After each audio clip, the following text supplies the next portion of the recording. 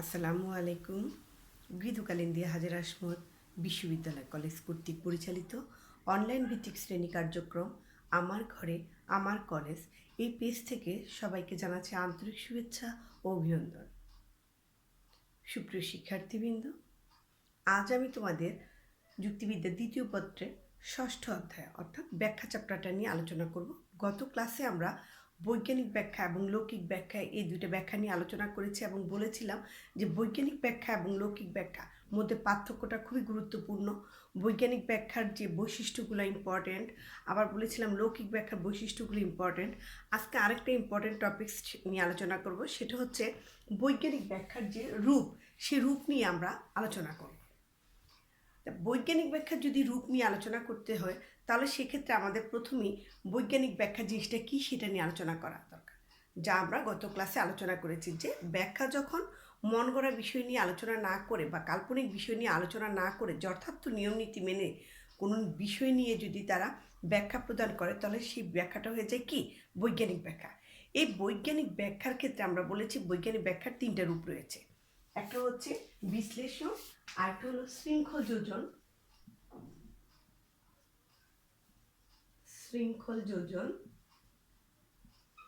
আরেকটা হচ্ছে অন্তর্ভুক্তি।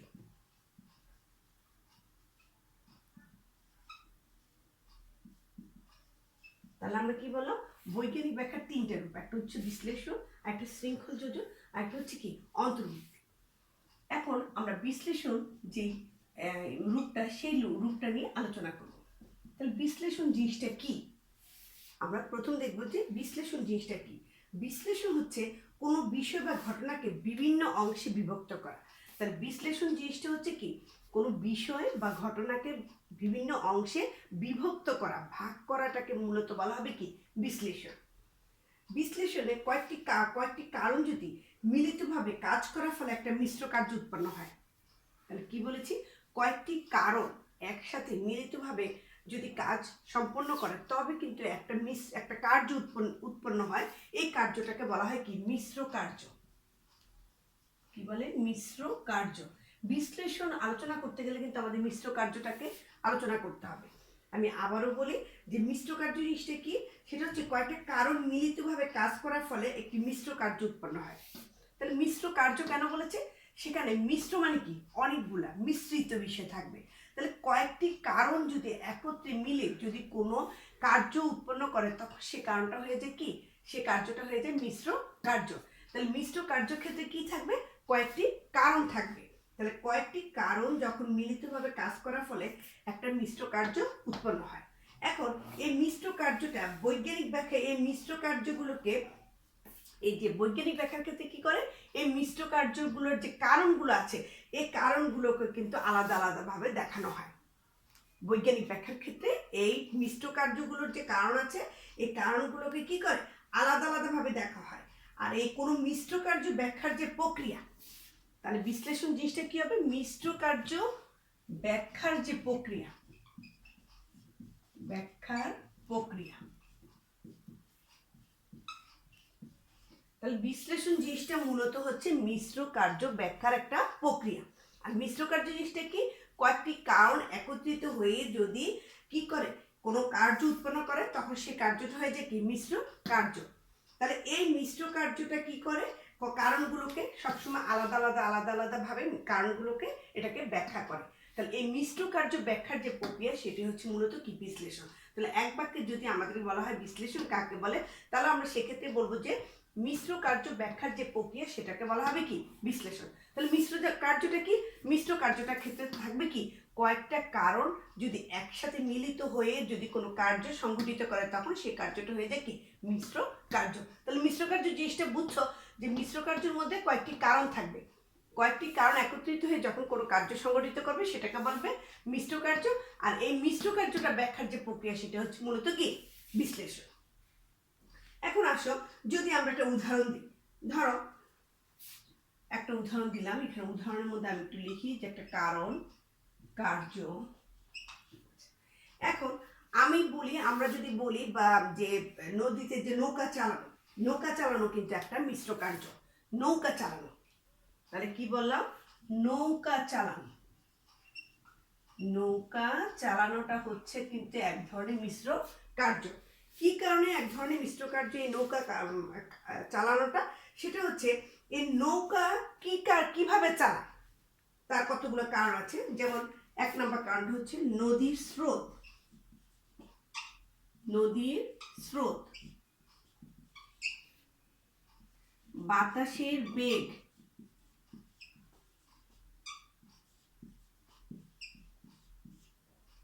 দাঁড়ের ব্যবহার,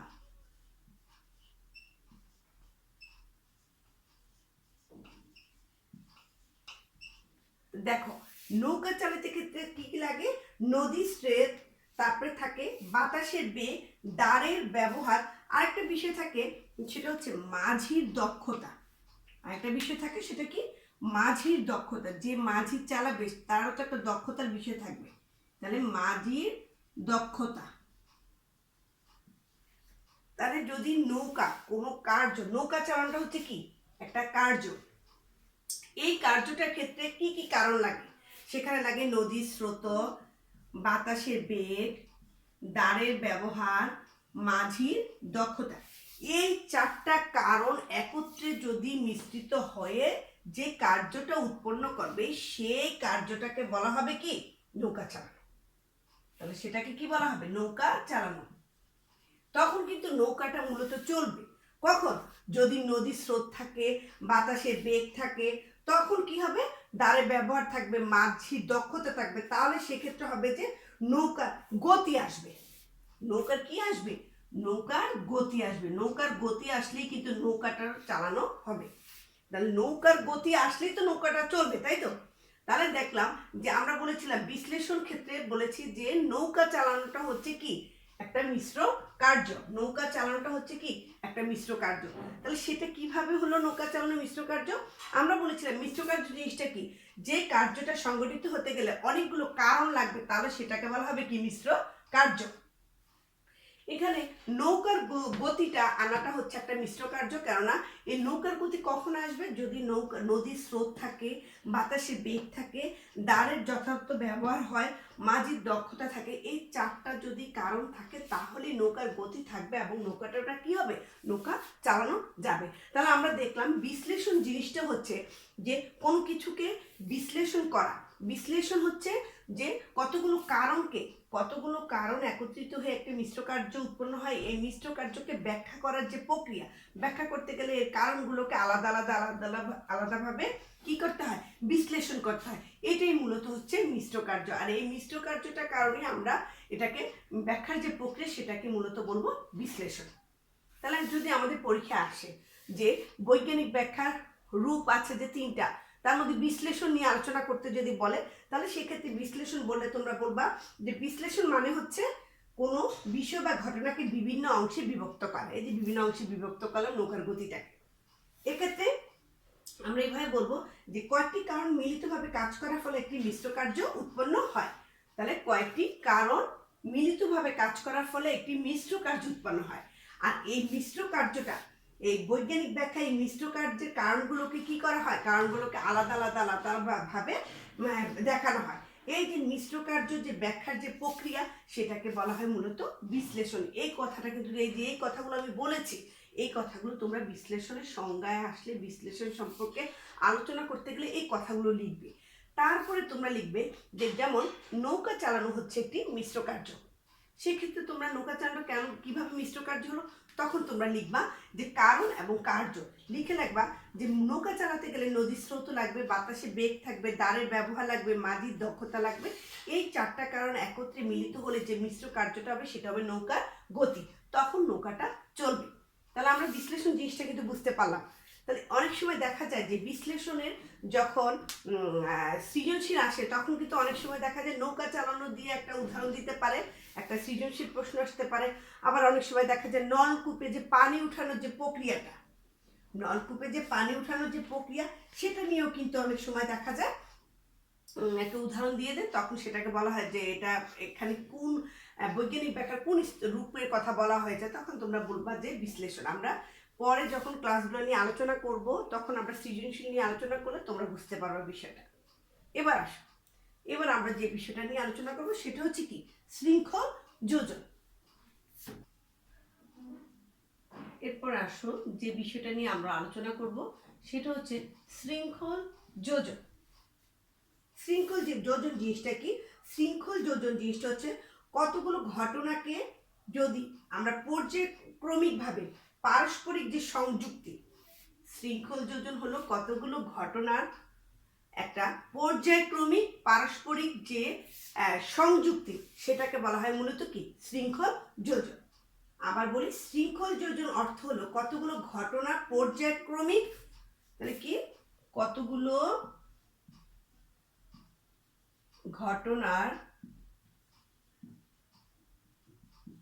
পর্যায়ক্রমিক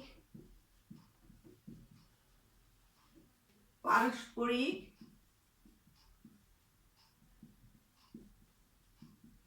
শৃঙ্খলবোধ।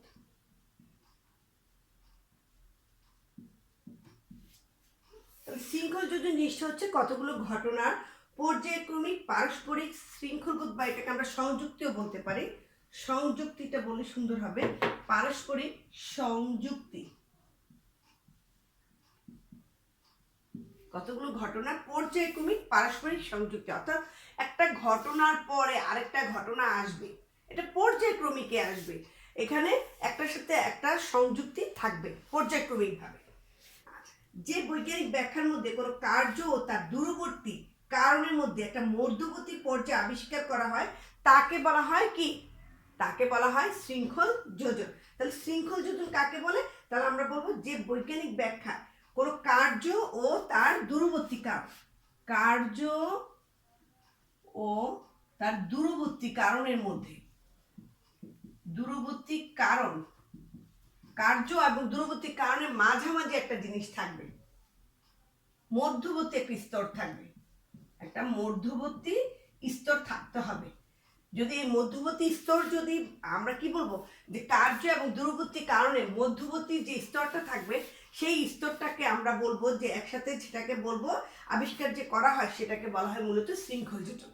তাহলে আবারও বলি, কার্য ও তার দূরবর্তী কারণের মধ্যে যে একটা মধ্যবর্তী স্তর থাকবে সেটা নিয়ে যে আলোচনা করা হয় সেটাকে বলা হয় মূলত শৃঙ্খল যোজন। বিষয়টা কিরকম লাগে, তাই তো? যে কার্য এবং দূরবর্তী কারণের মধ্যবর্তী স্তর জিনিসটা কি? বিষয়টা আমরা যদি এভাবে বলি, যেমন যদি বলি যে অতিরিক্ত বন্যা, আমার একটা উদাহরণ, অতিরিক্ত বন্যা মৃত্যুর কারণ, মৃত্যুর কারণ, এই যে কথাটা আমি বললাম যে অতিরিক্ত বন্যা মৃত্যুর কারণ, এই বিষয়টা শুনলে তোমাদের কাছে মনে হতে পারে যে এখানে একটা কারণ, কারণ কি? কারণ, তারপরে কি? কার্য, কারণ কার্য। কারণটা কি বলেছে? অতিরিক্ত বন্যা, কারণটা বলেছে অতিরিক্ত বন্যা, আর কার্যটা কি হয়? অতিরিক্ত বন্যার ফলে কি হয়েছে? মৃত্যু হয়েছে। এই মৃত্যুটা হচ্ছে কি? কার্য। এখন তোমরা বলবা যে অতিরিক্ত বন্যা হলে কিভাবে মৃত্যু হয়, তাই তো? এখানে দেখো, অতিরিক্ত বন্যার মৃত্যু মাঝখানে কিন্তু কিছু আমাদের একটা মধ্যবর্তী স্তর রয়েছে, আমরা এখানে মধ্যবর্তী স্তরের কথা কিন্তু উল্লেখ করিনি, কিন্তু আমরা বুঝে নিয়েছি যে অতিরিক্ত বন্যা হলে মৃত্যু কিভাবে হয়। এখন এই যে মধ্যবর্তী স্তরটাকে যে ব্যাখ্যা করা, সেটাকেই আমি বলেছি কিন্তু শৃঙ্খল যোজন। আমরা বলেছি কার্য ও দূরবর্তী কারণের যে মধ্যবর্তী স্তরটাকে যে ব্যাখ্যা করার যে প্রক্রিয়া, সেটা হচ্ছে মূলত কি? শৃঙ্খল যোজন। এখন সেক্ষেত্রে আমরা বলেছি অতিরিক্ত বন্যা, এটা দূরবর্তী কারণ, আর কার্যটা বলেছি কি? মৃত্যু। এখন মাঝখানে কি হয়? অতিরিক্ত বন্যার ফলে, ধরো অতিরিক্ত বন্যা হয়েছে, তখন মানুষের ঘরবাড়ি কি হয়? ডুবে যায়। অতিরিক্ত বন্যার ফলে মানুষের ঘরবাড়ি কি হয়? ঘরবাড়ি ডুবে যায়। দেখো ঘটনাগুলো, ঘরবাড়ি ডুবে যায়। আচ্ছা, ঘরবাড়ি যখন মানুষের ডুবে যায় তখন মানুষের কিন্তু কি হয়? খাবার দাবারের সমস্যা দেখা দেয় না? খাবারের সমস্যা, খাবারের সমস্যা, তারপরে দেখা যায় বিশুদ্ধ পানির সমস্যা, বিশুদ্ধ পানির, বিশুদ্ধ পানির কি হয়? সমস্যা হয়। তারপরে হয় কি? চিকিৎসার অভাব হয়, মানুষ অসুস্থ হয়ে পড়ে। এরপরে কি হয়? মানুষ অসুস্থ হয়, অসুস্থ হয়। আচ্ছা, মানুষ অসুস্থ হওয়ার পর কি হয়? চিকিৎসার সমস্যা দেখা যায়, কারণ তার হাতে সে পরিমাণ টাকা পয়সা থাকে না, চিকিৎসার সমস্যা হয়। এই চিকিৎসার যখন সমস্যা হয় তারপরে কিন্তু তার কি হয়, তার মৃত্যু হয়। তাহলে দেখো এই যে কথাগুলো, এই যে পয়েন্টগুলো আমরা বলেছি যে অতিরিক্ত বন্যা হলে মানুষের ঘরবাড়ি ডুবে যায়, খাবারের সমস্যা হয়, বিশুদ্ধ পানির সমস্যা হয়, সে অসুস্থ হয়ে পড়ে, তার চিকিৎসার সমস্যা হয়, এর ফলে কিন্তু মানুষের মৃত্যু হয়। কিন্তু আমি যখন উদাহরণটা দিয়েছি যে অতিরিক্ত বন্যা মৃত্যুর কারণ, সেক্ষেত্রে কিন্তু আমি এই মধ্যবর্তী স্তর, এটা হলো মধ্যবর্তী স্তর, এই মধ্যবর্তী স্তরের কথা কিন্তু আমি বলিনি। না বলে আমি কিন্তু এক বাক্যে বলেছি অতিরিক্ত বন্যা মৃত্যুর কারণ। এখন কার্য এবং এই দূরবর্তী কারণের মাঝখানে যে মধ্যবর্তী স্তরটা রয়েছে, এই মধ্যবর্তী স্তরটাকে যদি আবিষ্কার করা হয় তখনই তাকে বলা হবে কি, শৃঙ্খল যোজন। তাহলে শৃঙ্খল যোজন জিনিসটা বুঝেছ, যে কারণ এবং কার্য এবং দূরবর্তী কারণের মধ্যবর্তী স্তরটাকে আবিষ্কার করাটাই হচ্ছে মূলত শৃঙ্খল যোজন। এই উদাহরণটাকে আমরা অনেক সময় দেখি যে অতিরিক্ত বন্যা মৃত্যুর কারণ, এটা না বলে অনেক সময় বলে যে ভালো পড়াশোনা করাকে সমৃদ্ধির কারণ বলে মনে করা হয়। ভালো পড়াশোনা, এখন ভালো পড়াশোনা যে সমৃদ্ধির কারণ, সেক্ষেত্রে দেখো যে ভালো পড়াশোনা করলে মানুষের সমৃদ্ধি হয় না। কিভাবে হয় না? ভালো পড়াশোনা করলে সে কি করে, ভালো ফলাফল করে। ভালো ফলাফল করলে সে কি করে, যে একটা জায়গায় ভালো একটা জায়গায় সে চান্স পায়। ভালো যারা লেখাপড়া ভালো করে তারা তো অবশ্যই ভালো জায়গায় চান্স পায়, ভালো ইউনিভার্সিটিতে, মেডিকেলে, বিভিন্ন জায়গায় তারা কি করে, চান্স পায়। তখন সেখান থেকে যদি আরও ভালো পড়াশোনা করে, তাহলে একটা ভালো পর্যায়ে গেলে সে ভালো একটা চাকরিতে সে কি করতে পারে, যোগদান করতে পারবে। এবং ভালো চাকরিতে যদি সে যোগদান করতে হয় তাহলে তার কি হয়, সফলতা দেখা যায়।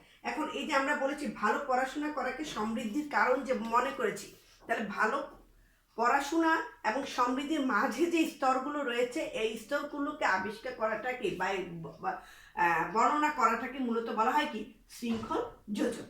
তাহলে আমরা দেখলাম অতিরিক্ত বন্যা মৃত্যুর কারণ। এখানে অতিরিক্ত বন্যা এবং মৃত্যুর মাঝখানে যে মধ্যবর্তী স্তরটা রয়েছে, এই মধ্যবর্তী স্তরটাকে আবিষ্কার করাকে বলা হবে মূলত শৃঙ্খল যোজন। তাহলে আমরা বিশ্লেষণ জিনিসটা বুঝলাম, শৃঙ্খল যোজন জিনিসটা বুঝলাম। এবার আসো আমরা যে বিষয়টা নিয়ে আলোচনা করবো সেটা হচ্ছে কি, অন্তর্ভুক্তি। এরপর আসো অন্তর্ভুক্তি, এটা নিয়ে আলোচনা। আচ্ছা, অন্তর্ভুক্তি বিষয়টা কি?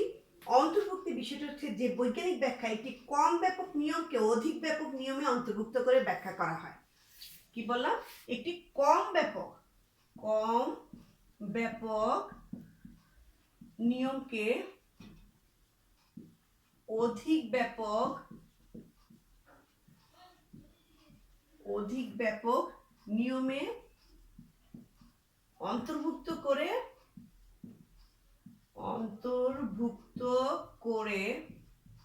ব্যাখ্যা করা হয়।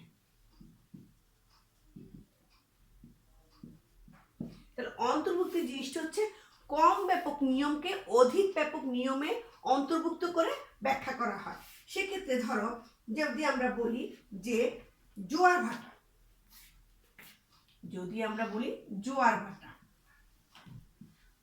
জোয়ার ভাটার যদি আমরা একটা উদাহরণ দিই, তাহলে সেক্ষেত্রে দেখা যাবে এই জোয়ার ভাটাটা কি কারণে হয়? জোয়ার ভাটাটা হয় হলো মাধ্যাকর্ষণ নিয়মের কারণে। জোয়ার ভাটাটা কিসের জন্য হয়? মাধ্যাকর্ষণ নিয়মের জন্য। মাধ্যাকর্ষণ নিয়মের জন্য মূলত জোয়ার ভাটাটা হয়। তাহলে জোয়ার ভাটাটা হচ্ছে একটা কম ব্যাপক নিয়ম। এই নিয়মটাকে আমরা কিসের মাধ্যমে ব্যাখ্যা করি? অধিক ব্যাপক নিয়মের অন্তর্ভুক্ত করে। যখনই জোয়ার ভাটা কথাটাকে আমাকে ব্যাখ্যা করতে হবে, তখন জোয়ার ভাটাকে আমরা করি কি, মাধ্যাকর্ষণ নিয়মের মধ্যে নিয়েই বলি যে মাধ্যাকর্ষণ নিয়মের কারণে মূলত কি হয়, জোয়ার ভাটা হয়। তাহলে এই ক্ষেত্রে বলা হলো অন্তর্ভুক্তি জিনিসটা হচ্ছে একটি কম ব্যাপক নিয়মকে যদি অধিক ব্যাপক নিয়মে অন্তর্ভুক্ত করে যদি ব্যাখ্যা করা হয় তবে তাকে বলা হবে কি, অন্তর্ভুক্তি। তাহলে এই ক্ষেত্রে আমরা বলবো যে জোয়ার ভাটা ব্যাখ্যা করতে গেলে আমাদেরকে মাধ্যাকর্ষণ নিয়মের জন্যই কিন্তু জোয়ার ভাটা হয়, এই কথাটাকে কিন্তু আমরা বলে থাকি। এই জন্য জোয়ার ভাটাটা হচ্ছে একটা কম ব্যাপক নিয়ম, আর মাধ্যাকর্ষণ নিয়মটা হচ্ছে কি, একটা অধিক ব্যাপক নিয়ম। এছাড়া অনেক সময় বলা হয় যেমন বস্তুর ভূপতন, এই কথাটা যদি বলি, বস্তুর ভূপতন মানে কি, যে সব বস্তুই, যেমন সব বস্তু নিচের দিকে কিন্তু পড়ে, কোনো বস্তু কিন্তু উপরের দিকে যায় না। এটা কি কারণে হয় না? যেমন আমরা নিউটনের মাধ্যাকর্ষণ শক্তি সম্পর্কে, নিউটন যখন আপেল গাছের নিচে বসেছিলেন, তখন যখন আপেল গাছ থেকে আপেলটা পড়লো, তখনই তো তিনি আবিষ্কার করলেন যে আপেল কেন নিচে পড়লো, কেন উপরের দিকে উঠলো না। পরবর্তীতে উনি এটা নিয়ে গবেষণা করে জানতে পারলেন যে মাধ্যাকর্ষণ নিয়মের কারণে আমরা কি সব কিছুই বস্তু তার নিজের দিকে টানছে। আর বস্তুর ভূপতন এই কারণেই হয়, এই মাধ্যাকর্ষণ নিয়মের কারণে এই বস্তুর ভূপতন হয়। তাহলে বস্তুর ভূপতনকে যদি আমরা ব্যাখ্যা করতে হয়, তাহলে সেক্ষেত্রে কিসের মাধ্যমে আমরা এটাকে ব্যাখ্যা করব? সেটাও আমরা ব্যাখ্যা করব মাধ্যাকর্ষণ নিয়মের কারণে। তাহলে এই মাধ্যাকর্ষণ নিয়মের কারণে কিন্তু সকল কিছুকে পৃথিবী তার নিজের দিকেই কিন্তু টেনে নিয়ে আসে। এই জন্যই মূলত এই মাধ্যাকর্ষণ নিয়মের কারণে বস্তুর ভূপতন হয়, বস্তু সবসময় নিচের দিকে, ভূমির দিকে পতন ঘটে। তাহলে এখানেও দেখলাম যে বস্তুর ভূপতন এটা একটা কম ব্যাপক নিয়ম। এই কম ব্যাপক নিয়মটাকে অধিক ব্যাপক নিয়ম হচ্ছে কি মাধ্যাকর্ষণ নিয়ম। এই মাধ্যাকর্ষণ নিয়মের মধ্যে অন্তর্ভুক্ত করে কিন্তু এই বস্তুর ভূপতন, জোয়ার ভাটা, এইসব বিষয়গুলো কিন্তু আমরা কি করি? ব্যাখ্যা করে থাকি। তাহলে বৈজ্ঞানিক ব্যাখ্যার যে তিনটা রূপ, বিশ্লেষণ, শৃঙ্খল যোজন এবং অন্তর্ভুক্তি, বিষয়টা কিন্তু আমরা দেখতে পেলাম। এবার আসো যে বৈজ্ঞানিক ব্যাখ্যার ক্ষেত্রে আমরা দেখব যে ব্যাখ্যার যে সীমাবদ্ধতা, সেক্ষেত্রে আমরা একটু আলোচনা করব। এটা মুছে ফেলি। আচ্ছা, আমরা এখন আলোচনা করব বৈজ্ঞানিক ব্যাখ্যার সীমা। বৈজ্ঞানিক ব্যাখ্যার সীমা নিয়ে যদি আলোচনা করতে হয়, তাহলে প্রথমে যেটা আলোচনা করতে হবে সেটা হচ্ছে যে চেতনার মৌলিক অবস্থা সমূহের বৈজ্ঞানিক ব্যাখ্যা দেওয়া যায় না। চেতনার মৌলিক অবস্থা, এক নম্বর কথা হচ্ছে চেতনার মৌলিক অবস্থার বৈজ্ঞানিক ব্যাখ্যা দেওয়া যায় না। এখন চেতনার যে মৌলিক অবস্থা, এই চেতনার মৌলিক অবস্থাগুলো কি কি? চেতনার মৌলিক অবস্থাগুলো হচ্ছে যে রূপ, রস, গন্ধ, বর্ণ, শব্দ, স্পর্শ, তাপ, শৈত্য, এগুলো হচ্ছে কি চেতনার মৌলিক অবস্থা। রূপ, রস, গন্ধ, স্পর্শ, শৈত্য প্রভাব, এগুলো হচ্ছে মূলত চেতনার মৌলিক অবস্থা। এইসব অবস্থার কিন্তু বৈজ্ঞানিক ব্যাখ্যা দেওয়া যাবে না। এরপর আসো বিভিন্ন প্রকার যে মৌলিক মানসিক অনুভূতি, মৌলিক মানসিক অনুভূতির কিন্তু বৈজ্ঞানিক ব্যাখ্যা দেওয়া যায় না।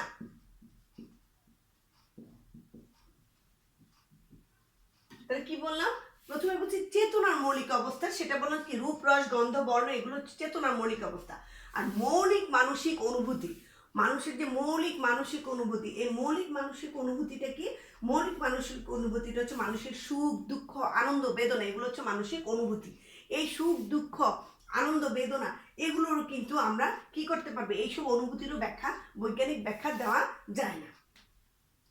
এরপর আসো যে জড় পদার্থের গুণ সমূহ, জড় পদার্থের গুণ সমূহের ব্যাখ্যা দেওয়া যায় না। জড় পদার্থের যে গুণ, এই জড় পদার্থের গুণগুলোর কিন্তু এই বৈজ্ঞানিক ব্যাখ্যা দেওয়া যায় না। সেটা কি কি? আকার, আকৃতি, গতি, প্রকৃতি, এগুলো হচ্ছে জড় পদার্থের গুণ। তাহলে আকার, আকৃতি, গতি, এগুলো হচ্ছে মূলত জড় পদার্থের গুণ, এগুলোরও কিন্তু আমরা বৈজ্ঞানিক ব্যাখ্যা দেওয়া যাবে না। এরপরে আসো যে আমরা যদি বলি যে মৌলিক বা পরম নিয়মের,